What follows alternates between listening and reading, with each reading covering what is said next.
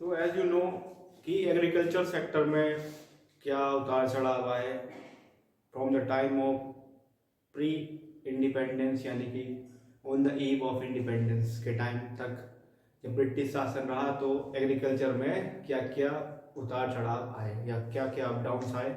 Now we are discussing industrial sector की क्या हालत हुई ड्यूरिंग कॉलोनियल गवर्नमेंट या ड्यूरिंग ब्रिटिश टाइम और during pre independence time. So we are discussing now industrial sector on the eve of independence. Decline in handicraft work.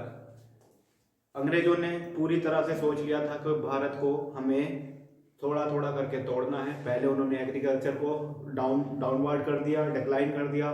Now उन्होंने हमें देखा कि हमारा जो फोकस है हैंडीक्राफ्ट वर्क पे है, तो उन्होंने हमारे हैंडीक्राफ्ट वर्क की भी धज्जियां उड़ा दी, हमारे हैंडीक्राफ्ट वर्क को भी तोड़ मरोड़ के रख दिया। कैसे?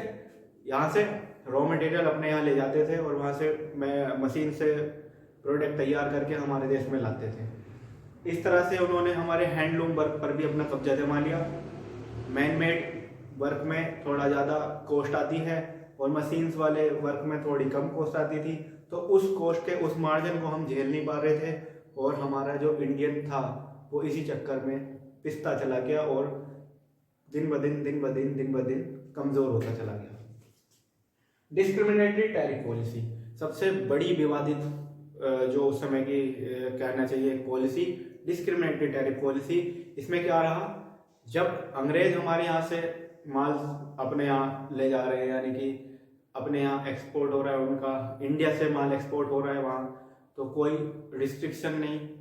ठीक, जब अंग्रेज हमारे देश में माल ला रहे हैं अपना तो कोई रिस्ट्रिक्शन नहीं, लेकिन जब हमारा हैंडीक्राफ्ट का जो हैंडलूम वर्क का जो रॉ मटेरियल है वो अंग्रेजों के यहाँ जा रहा है, एक्सपोर्ट हो रहा है, तब उस पर हैवी ड्यूटी टैक्सेस लगाए जा रहे थे, इम्पोजेस हो रहे थे, जिस कारण से हमारे प्रोडक्ट की जो वैल्यू है वो कम हो जा रही थी, क्योंकि टैक्स हमें ज़्यादा देना पड़ रहा था और उस माल की जो कहना चाहिए प्राइस है वो ज़्यादा नहीं था, जिस कारण से हमें एक तरह से ठगा जा रहा था चारों तरफ से। बात करें हम competition from machines made product, अंग्रेजों के पास मशीन्स थी, वो कैपिटलिस्ट थे और वहाँ इंडस्ट्रियलाइजेशन बहुत पहले हो चुका था और इंडस्ट्रीज का जो रिवॉल्यूशन है ब्रिटेन में बहुत पहले हो चुका था, जिस कारण से वहाँ पर मशीनों का आविष्कार हो चुका था, कैपिटलिस्ट इंडस्ट्रीज वहाँ पर लग चुकी थी, तो वहाँ पर जो है हमारे यहाँ से रॉ मटेरियल जाता था और मैन मेड जो हम यहाँ पर मैन मेड प्रोडक्ट तैयार करते थे वहाँ वो मशीन से तैयार होता था। तो मशीन से तैयार होने में उसकी कॉस्ट भी कम आती थी और मार्जिन भी अच्छा था, तो हम मशीन मेड प्रोडक्ट के साथ कंपटीशन नहीं कर पा रहे थे, इसलिए हमारा इंडस्ट्रियल सेक्टर जो है डिक्लाइन होता चला जा रहा था। अब बात करें हम lack of capital goods industries, यानी ऐसी इंडस्ट्रीज हमारे देश में नहीं थी जिनसे मशीनों का प्रोडक्शन हो सके, जिनसे मशीन बनाई जा सके, या फिर ऐसे प्रोडक्ट बनाए जा सके जिससे हम और अपने काम को अच्छा कर सके या जो हमारे प्रोडक्ट को बनाने में हेल्प कर सके।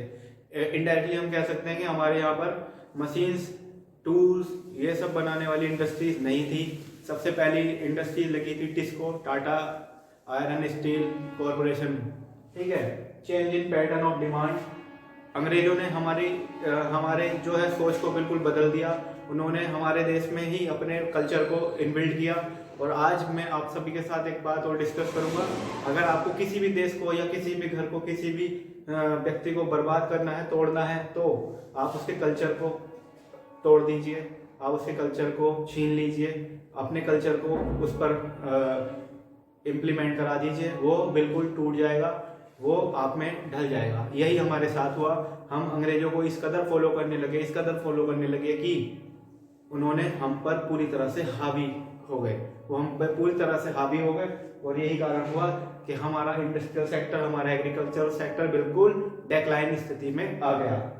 बात करें हम negative effect of railways, first railway started in 1853 from Mumbai to Thane, और जब अंग्रेजों ने ये रेल चलाई तो हम बहुत खुश थे कि अब हमारे देश में रेलवे इंट्रोड्यूस हुआ है। शुरुआत में ये बहुत अच्छा था, लेकिन कॉलोनियल गवर्नमेंट जो थी उसने रेलवे को इंट्रोड्यूस किया था ओनली फॉर देयर बेनिफिट्स।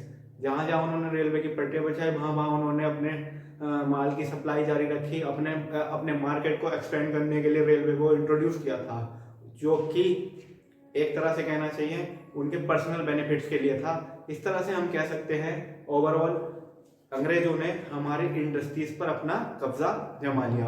और ये आप समझ रहे होंगे कि कैसे धीरे धीरे धीरे धीरे अंग्रेजों ने हम पर हावीनेस करना शुरू किया, यानी हमें अपने शिकंजे में फंसाना शुरू किया। पहले हमें एग्रीकल्चर से मार दिया, जो हमारा बहुत ही बड़ा क्षेत्र था लिवलीहुड का।